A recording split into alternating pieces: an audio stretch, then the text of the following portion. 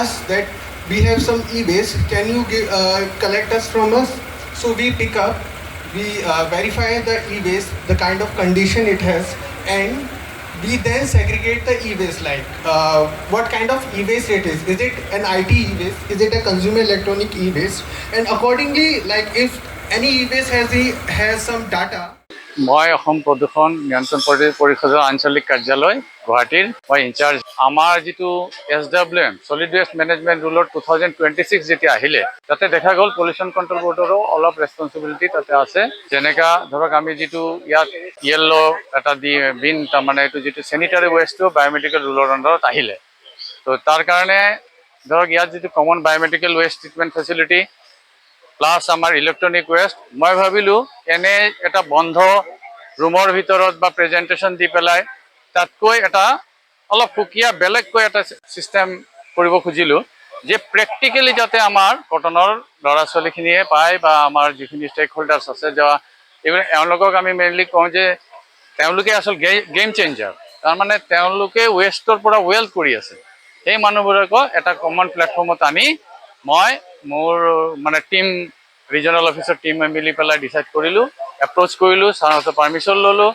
মই কটন মহাবিদ্যালয়ৰ ভাইচ চেঞ্চেলৰ ছাৰৰ তাত সাংঘাতিকভাৱে কৃতজ্ঞ যে এক্সাম চলি থকাৰ মাজতো তেওঁ এটা শ্লট আমাক দিলে, কিয়নো আমাৰ এইটো গল্ডেন জুবলি, কালি আমাৰ গল্ডেন জুবলি ইয়াৰ সমাপ্ত হ'ব, তাৰে লগত মিলাই এই প্ৰগ্ৰামটো ৰখা হৈছে। 184 kg and which is equivalent to 92 kg.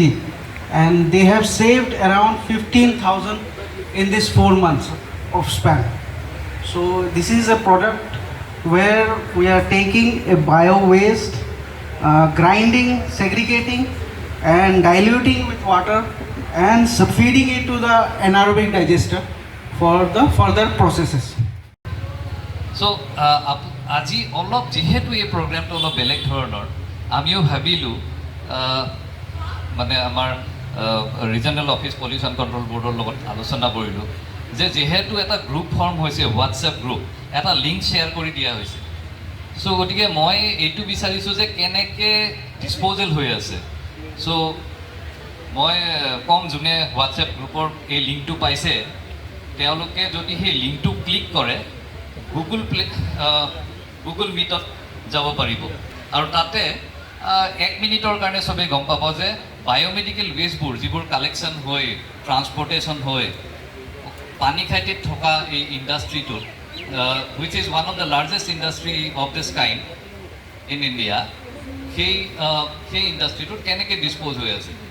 এইটো যিটো মোৰ ইনভেনশ্যন, এই যিটো মোৰ প্লাষ্টিক এইটো ৱেষ্ট এচিমুলেটৰ, এই ৱেষ্ট এচিমুলেটৰত এইটো এনেকৈ বনাইছোঁ, এইটোৱে মানে পৃথিৱীৰ ভিতৰত এটাই পেটেণ্টেড টেকন'লজি যিটো নেকি কনভাৰ্জেঞ্চ ডেভেলপ কৰিছে between the solid waste management and organic farming.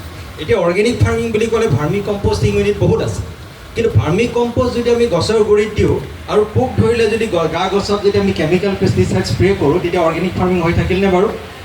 আৰু এতিয়া সেইটো হৈ আছে। আমাৰ প্ৰায়ভাগ অৰ্গেনিক ফাৰ্মিঙৰ নামত আমি গছৰ গুৰিত কেঁচুসাৰ দিয়া কথাটোহে চিন্তা কৰি আছোঁ। সকলোৱে ভাৰ্মি কম্প'ষ্টিং, কিন্তু গছৰ গুৰিত যদি আমি গা গছত যদি আমি কেমিকেল পেষ্টিচাইড স্প্ৰে নকৰিবলৈ হয়, মোৰ এই ইন'ভেশ্যনটোত তাৰ পৰা এটা পানী ওলায়, এইটো পেষ্ট ৰিপেলেণ্ট বুলি কওঁ, মাইক্ৰ'বেল ৱাছ কাম ভাৰ্মি ৱাছ। ইয়াতে মই দেখাওঁ, এইটোত মানে মই এতিয়া মানে প্ৰথমতে আমি যেতিয়া জাবৰ দিওঁ, আজি জাবৰ দিলে 2-3 দিন পিছৰ পৰা এটা পানী ওলায়, এইটো মাইক্ৰ'বেল ৱাছ। ইয়াতে মাইক্ৰ'নিউট্ৰিয়েণ্টছ আছে, হৰম'নছ আছে, এনজাইম আছে, এমাইনো এচিড আছে, সেইটোৰ কাৰণে এই পেষ্ট ৰিপিল কৰে। আৰু ফাইনেলি আমি ভাৰ্মি কম্প'ষ্ট পাওঁ, এইটো অলপমান ডাইলুট দেখিছেনে, অকণমান পাতল ৰং, আৰু পিছত আমি ভাৰ্মি ৱাছ পাওঁ।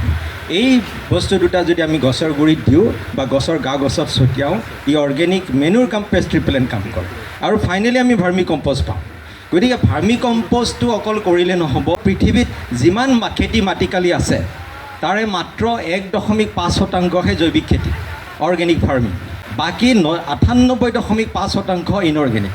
ইয়াৰ মূলতে হৈছে যে আমি অকল গছৰ গুৰিত ভাৰ্মি কম্প'ষ্ট দিলে নহ'ব, গা গছতো আমি পেষ্ট ৰিপেলেণ্ট দিব লাগিব, কিন্তু পেষ্ট ৰিপেলেণ্ট ইমান উভৈনদী হিচাপত নাই। আগতে আমাৰ নৰ্থ ইষ্টখন বাই ডিফল্ট আমি কৈছিলোঁ যে আমাৰ ইয়াতে অৰ্গেনিক ফাৰ্মিঙৰ কিছুমান পকেট আছে, আমাৰ গাঁও অঞ্চলবিলাকত তেওঁলোকে একোৱেই নিদিয়ে মানে নেচাৰেল ফাৰ্মিং মানে এইটো ওৱান কাইণ্ড অফ জৈৱিক খেতি, অৰ্গেনিক ফাৰ্মিং। গতিকে মই আপোনালোকক সকলোকে অনুৰোধ কৰিম যে মই এতিয়া এই টেকন'লজিটো এইটো মই ডনেট কৰিছোঁ, এইটো মই দেশৰ কাৰণে অৰ্পণ কৰিছোঁ। মোৰ কোনো ব্যৱসায়িক ধান্দা নাই, কোনো মোৰ ব্যৱসায় পইচা ঘটাৰ মোৰ উদ্দেশ্য নহয়।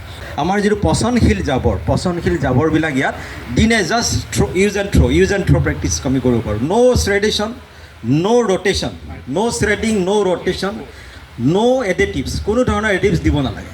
আমাৰ ইম্পেক্ট এনেকা এই যে আজি যে ৱেষ্ট মানে কি সেইটো বুজি পালে, ইলেক্ট্ৰনিক ৱেষ্ট কি বুজি পালে, তাৰ আমাৰ যে ঘৰৰ জাবৰ জোঁথৰটো কি কৰিম এইটোও বুজি পালে। আৰু এইটো কটন হৈছে, এইটো হৈছে আমাৰ এটা ষ্টাৰ্টিং। তাৰপিছত হয়তো গোটেই অসমতেই এনেকৈ আমি প্ৰেক্টিকেল ট্ৰেইনিং বা প্ৰেক্টিকেল আউটৰিচ প্ৰগ্ৰাম বুলি যিটো কয় সেইটো আমি আৰু কৰিম।